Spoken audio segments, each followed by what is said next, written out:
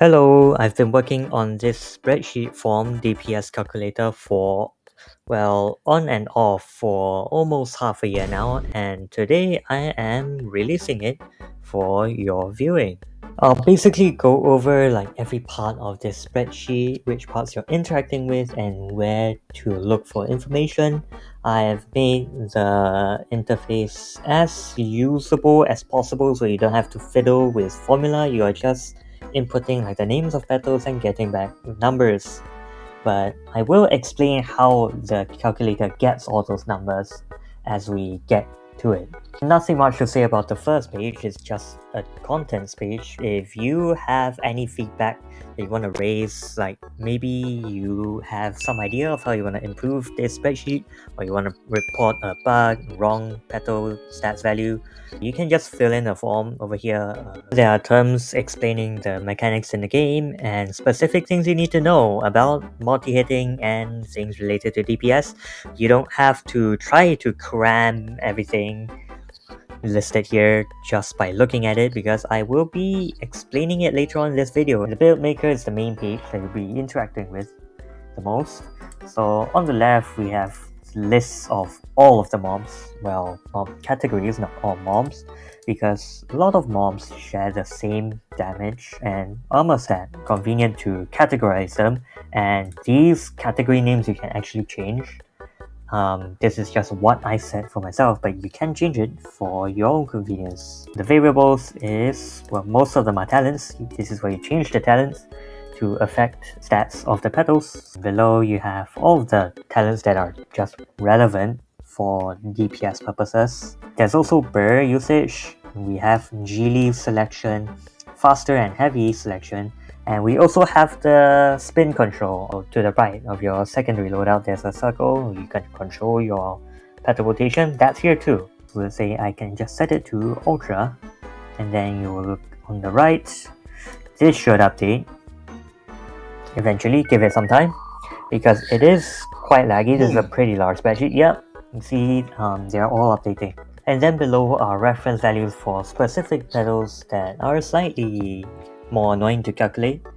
And then up here is the main section. You can choose all of the petals that you are going to be considering at the moment and put them all together in a build where the total will be summed up and displayed right here. Compare between the different DPS values each petal is contributing by showing you color codes. You can change the mode, and this will change whether the calculator thinks you're using a wheel or something like YY or lentil. You will notice that for Super Rise, it has an instant value.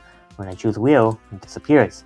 That's because I listed all of the functions that each petal can do, and petals that are not appropriate to be used in certain modes, I will disable them. So it will just give you a no, it will just give you an empty value. And lastly, on the right, there are petal categories, since there are many kinds of petals in the game, and they all have wildly different stats. When based on that, they serve pretty different purposes. In the DPS calculator sections, it will help you to see the patterns where petals of a certain category perform better or worse, and these color codes will help you. Here we have a heat map, which when you zoom out, will pull the DPS columns from the calculators, just put them side by side, and they will give you a huge map scaling from red to green, showing the performance of all of the petals you want to look at. If you want to insert a column, you can just create a column somewhere in the middle, and then just select an entire column next to it, drag out the bottom right corner. This will extend all of the formulas, configuration, and whatnot. And then you can just change the petal. Change it to, let's say, Super Cactus. And it will show you all of the cactus values. Pull the cactus DPS from the super calculator, it will look for cactus, will dump all of the values over here. You can put them side by side because cactus somehow does some DPS. And over in the comparison chart, you can put just two of the columns side by side, and then there are two new columns that give you a one-on-one comparison. For example, comparing Super Anti-Egg, which is on Elbow Duplicator, with Super Stick. So yeah, Anti-Egg usually does more. Then for lower damage, Stick actually outperforms by a long shot. And then if we go back to the build maker, let's increase our summoner. So when we do this, the calculators will run the numbers, and then anything looking at those calculators with the updated numbers, they will also dynamically update. So now we look, and Stick outperforms Egg for a greater number of categories of mobs. But before we proceed, I want to give out two massive disclaimers. The first one is that, as with all DPS calculators, DPS values are not everything. It is not recommended to switch from Stick to Egg so early because Stick is a lot more consistent with its faster reload, for example. You have to consider practical applications and not just look at the numbers. As far as getting the DPS numbers in the first place, this calculator has you covered, but you can't blindly follow it. The second disclaimer is right here, the general disclaimer that's on the info page. DPS calculators generally also assume ideal conditions, kind of like how in physics you would assume a spherical cow in a frictionless vacuum. So, for example, you are ideally right next to the mob, almost touching. So there is basically no movement that the petal has to go through in order to reach the mob after a reload. When you are actually using a petal, well, they have to move. Get it? And also, practically, you can't be 100% accurate all the time. The mob moves, you move, take damage, you have to stop, etc. Now, I will talk about those assumptions after I fully explain how DPS actually works.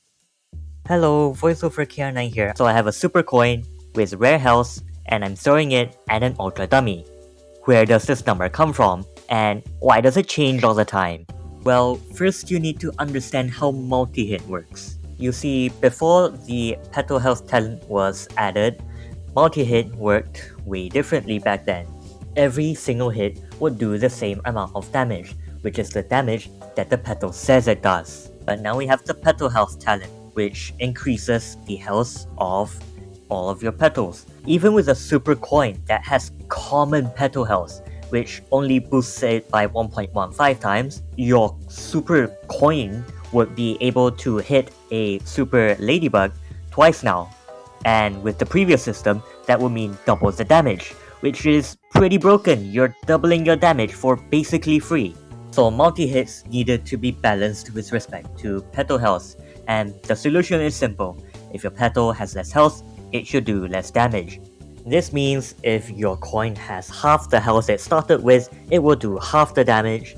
If the coin has 1/4 of the health it started with, it will do 1/4 of the damage, and you get the idea. Now before we continue, I am so sorry for the 40 of you who are playing floor specifically to avoid doing your math homework, but the math here is actually surprisingly simple. A super coin can hit an ultra dummy 5 times. This plot tells us how much health the coin has before each of the 5 hits, and if we divide it by the total health the coin started with, it will tell us the fraction of the total damage that the coin will do during each hit. Now we multiply all of those fractions by the petal's damage stat, and now we have the damage amount the petal will do to the ultra dummy on every hit. Remember to minus off mob armor, and let's sum it up, and now you have the total amount of damage. But wait, it's not the same number every time. What's going on? Well, it turns out that during those huge wave of updates where the talents got updated, M28 whimsically added this completely useless feature that made the petal decide to do more or less damage every time it hits, and the variance is between 0.9 times and 1.1 times the damage the petal is going to do. The average is still going to be its normal damage, but it's going to be sometimes more, sometimes less. Now, some of you might remember this old formula for the old version of multi-hitting, where you just take the number of hits times the petal damage minus all armor in a bracket, and that will give you the total amount of damage that the petal will do. And dividing everything by 2 will give you a pretty close estimate of the new multi-hit system, but it tends to underestimate it. And to understand why, you need to know a bit about integration. When you divide by 2, you're basically connecting all of the damage numbers with a line and taking an integral of that line. But actually, the damage that you're actually doing is whatever is under this green line, which shows that you're actually doing slightly more damage than the estimate. This estimate does not work well for petals that only do a couple of hits. It might work better for like petals like corn when they're hitting like 20-50 times, but generally this is not a good idea. But now there is another problem. How do I make a formula that is universal? For instance, if I throw a super corn at an ultra leaf bug, it is going to be pretty obvious that almost half of the hits won't even do any damage. Leaf bug has a pretty high armor stack that is significant compared to corn's damage stat, and while corn can hit a huge number of times, not all of the hits are going to be doing damage. To figure that out, we can take the armor as a fraction of the total petals damage stat, and then take that fraction, multiply it by the petal's total health, and that will tell us how much health the petal needs in order to be still doing damage to the mob. Do a quick division by the mob's damage stat to find the number of hits that actually do damage. This is what I call the last damageable hit. It is when the projected amount of damage the petal can do is still positive. So now let's add another vertical line telling us when the damage is still positive and when we should stop adding. But now we have yet another issue. Some of you may have noticed that when we subtract away mob armor, the entire graph shifts down. But what if we're using burr? Wouldn't the thing shift the entire graph up? So like the projected limit is now like way past how many the number of hits the petal will do actually is. Yes, that can happen. So let's add an if statement to make sure that we do not exceed the total number of hits the petal will actually do, and let's call these hits real hits. Real hits are the number of hits that actually damage the mob.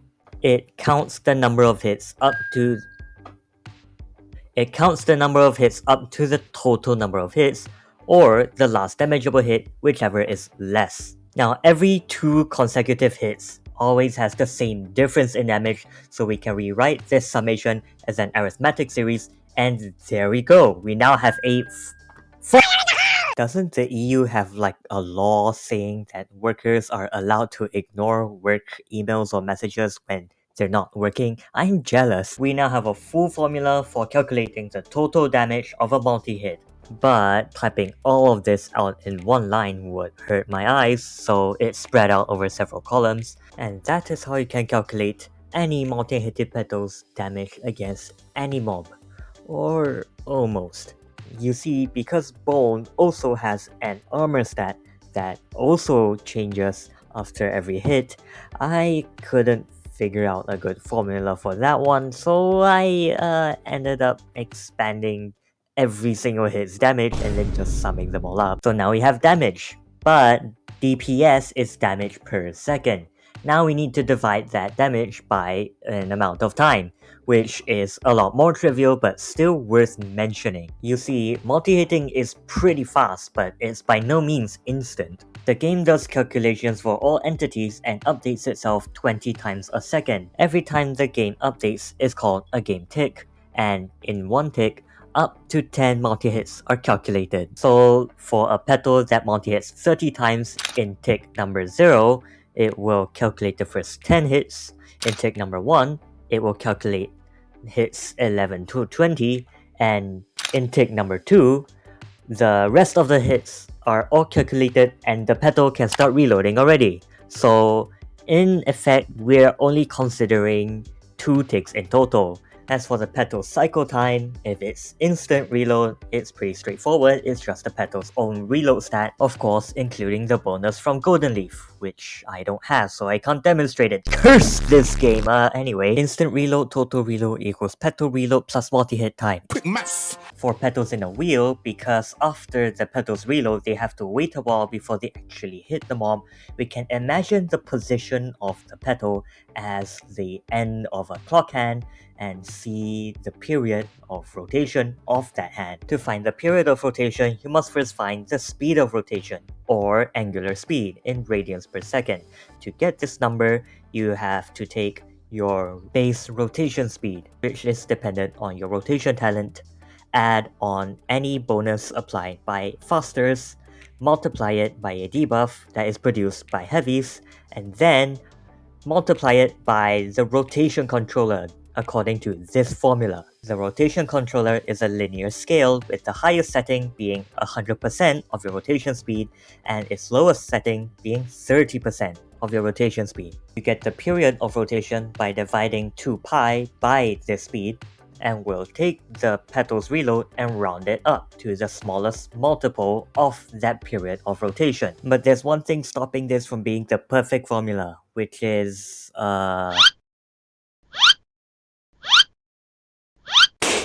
yeah, not sure how I'm supposed to accurately account for that. How long the petal can spend multi-hitting depends on the length of the arc that the mob cuts in the orbit of the petal. So I'm just gonna say that based on experimental results, I can get about 130 hits in when I'm using a rotation of 5 radians per second. And if you have to do more than 130 hits, then you're gonna have to rotate twice, and then your reload is basically going to double. And that number 130 will go down if your rotation is faster, and it will increase if your rotation is slower. This 130 estimate will not guarantee that every wheel DPS will fall below every instant DPS as it should by right.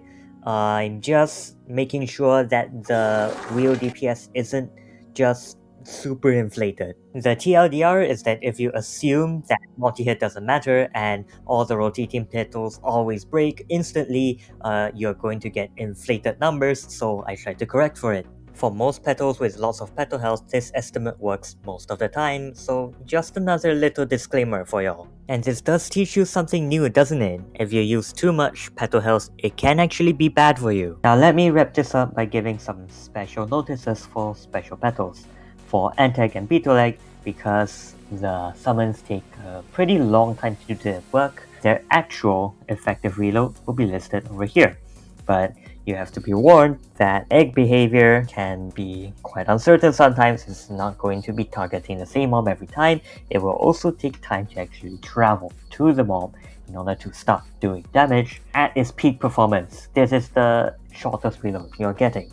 It's usually longer. Bunch of petals share the same stats as basic. The flower takes 1 hit of damage every tick, so the damage that battery gives out is also once per tick, not 10. This isn't multi-hit. For broccoli, I'm not counting the missiles that shoot out. Those parts that shoot out don't hit the mob that cause the broccoli to break. For card, I have all 4 card variants listed all outside. Just take the average of the 4 DPSs to get the overall average DPS. For range petals, I have to give you a special note. If you crush a range petal against a mob before actually shooting out the range petal, it will only do 1/5 of the damage it's supposed to do.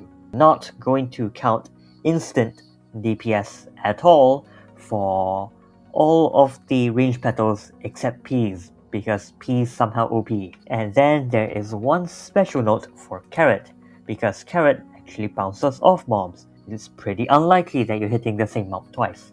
I'm including this anyway because in a few farming contexts you might be surrounded by mobs, so you're always hitting something anyway, and this might be a good number to look at. Now you'll also notice that I have a special section for range petals saying rod speed for constant orientation, optimal rod control, and this is to get the range petal to cycle with the correct rotation speed such that it always points and shoots out in the same direction every time it reloads out.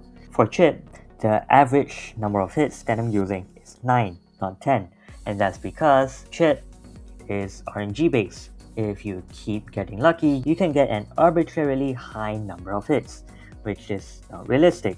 You're only going to be throwing that many chips at the same mob, So I take it as about 50, and the 98th percentile of the number of times the chip will survive is 37.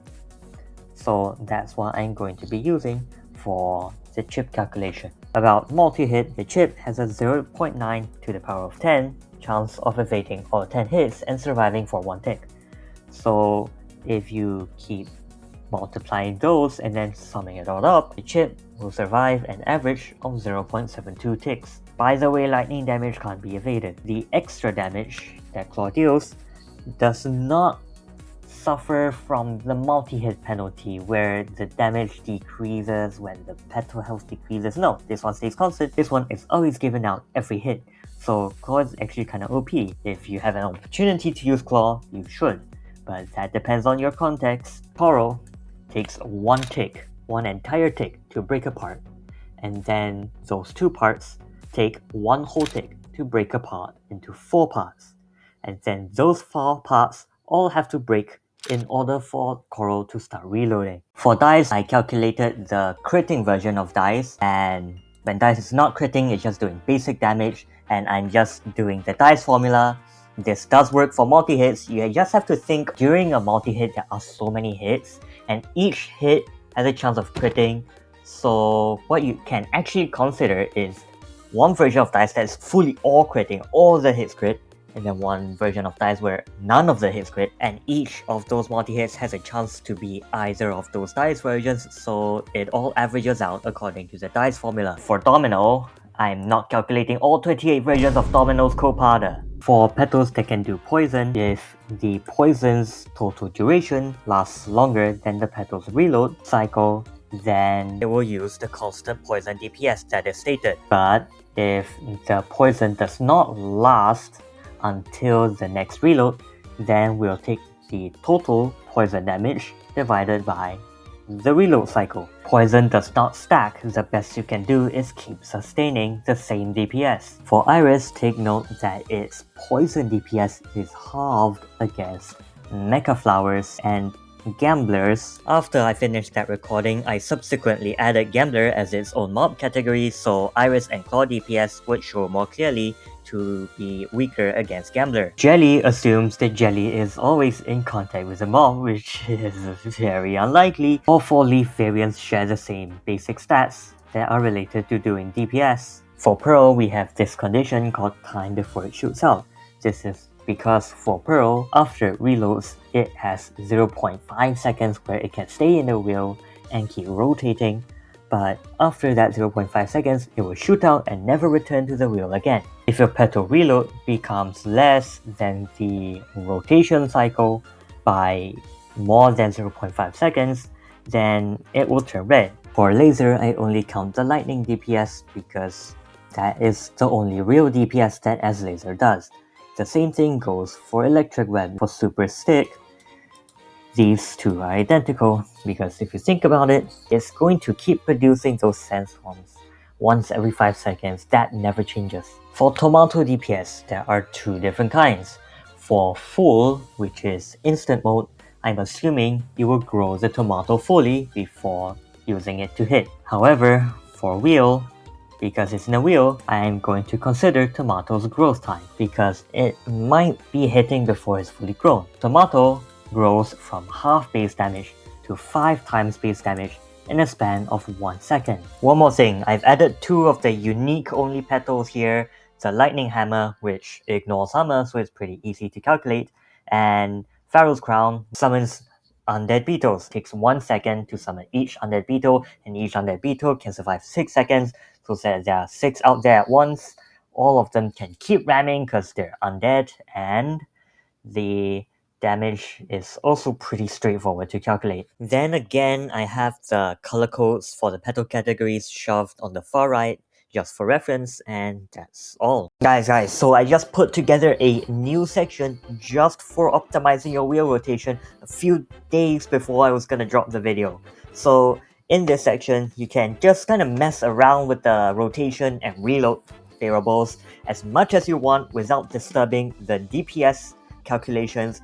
It is just all contained in this section. When you select a petal, it will pull all the base stats from the calculators, but then the rest is all within here. What you can do is you can choose a petal and see its reload, how much it's going to rotate while it's reloading, how much it needs to rotate before it hits the mob, and then it will give you recommendations on how to optimize your wheel.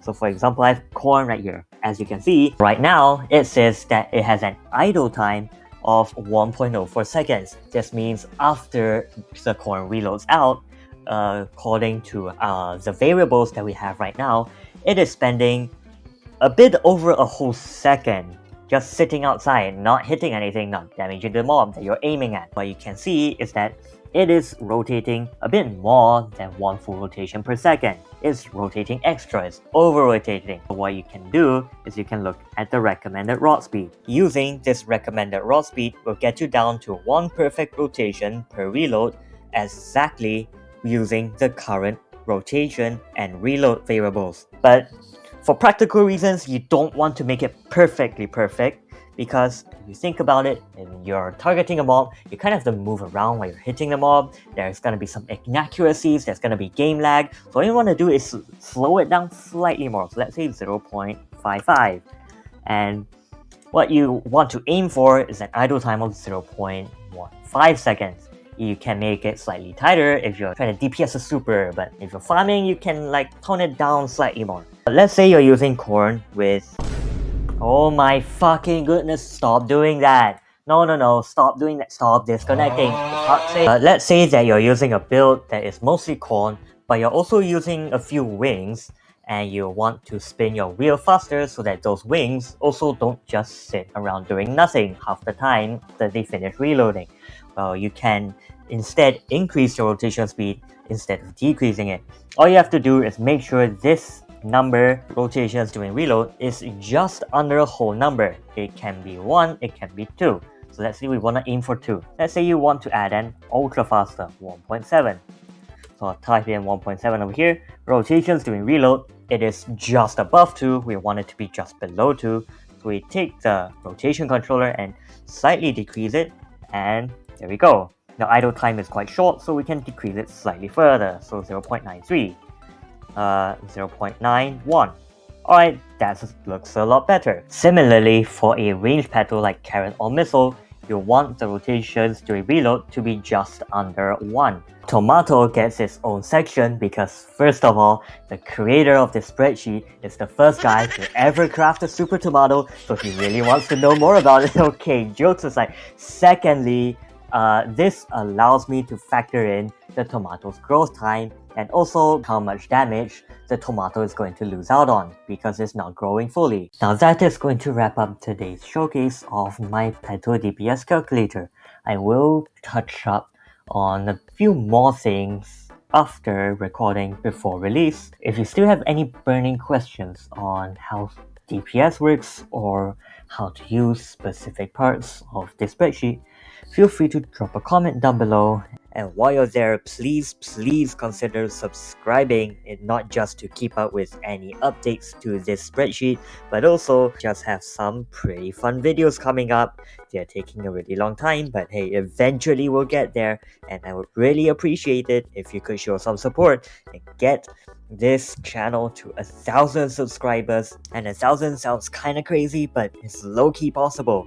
But not without your help, come on! Now, this project would have been a much bigger headache to put together if not for this wonderful resource that the team of volunteers at LV's Discord server have put together. It's called Update Notify, and it's a channel where they ping about every single little update to Florio. Special thanks to Bondman, Giraffe, and Injikal for some extra help along the way. Special shout out to Stormlet, who is still currently working on their own DPS calculator project, but on a website. And it would be great if you could show some support to them too. I have actually tried their calculator, and while there may be some disparity between how either of us do the math, it's undeniable that their calculator looks a lot more cooler and more usable. So definitely check that out too, and I recommend using these two together. You have no idea how long I've been working on this, and I would appreciate the support so much. Thank you all for watching, and I'll see you in the next one. Bye!